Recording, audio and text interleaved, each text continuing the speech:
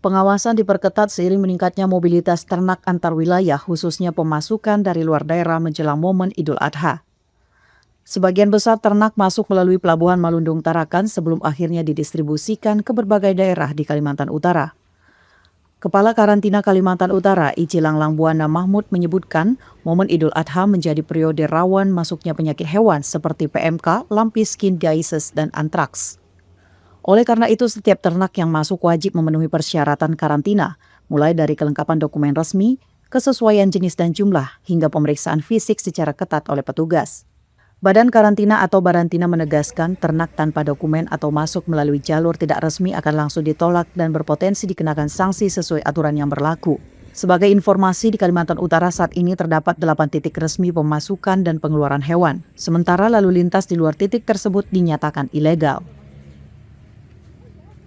Kami mencoba menginisiasi, jadi kita kan sebenarnya ada sistem namanya disertasi hubungan dengan rekomendasi pengasuhan keluar dari masuk ke ada oleh kementerian prinsip itu jumlahnya saja yang ada kita implementasikan di lokasi data luar tadi di sistem kami itu ketika persyaratan masuk keluar itu ada, maka akan kami proses ada sertifikat veterinary. Ketika masih trial yang jadi masalah kan kami nggak tahu berapa sih totalnya. Totalnya berapa lagi atasnya memang nggak? Seharusnya dibatasi, karena kalau nggak dibatasi, ketika misalnya anggap kita 5 kali utara tesnya Tarakan, hitungannya anggap 1.300 lebih. Dan masuk kami ya betul depan. Karena yang masuk keluar itu banjir. Petani lokal gimana?